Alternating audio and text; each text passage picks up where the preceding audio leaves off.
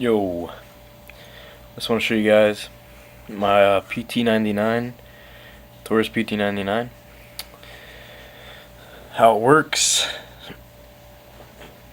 with a custom homemade silencer. It's like a mock silencer. Really doesn't do anything, but like I think it does, in my opinion. Okay. Nothing in it. I'm just gonna dry fire it with CO2. This is fully automatic without the silencer. Okay. This is with the homemade silencer.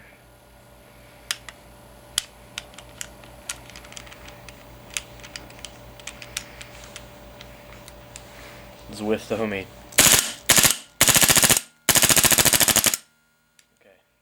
You tell me, is there a difference? Okay, this is aluminum.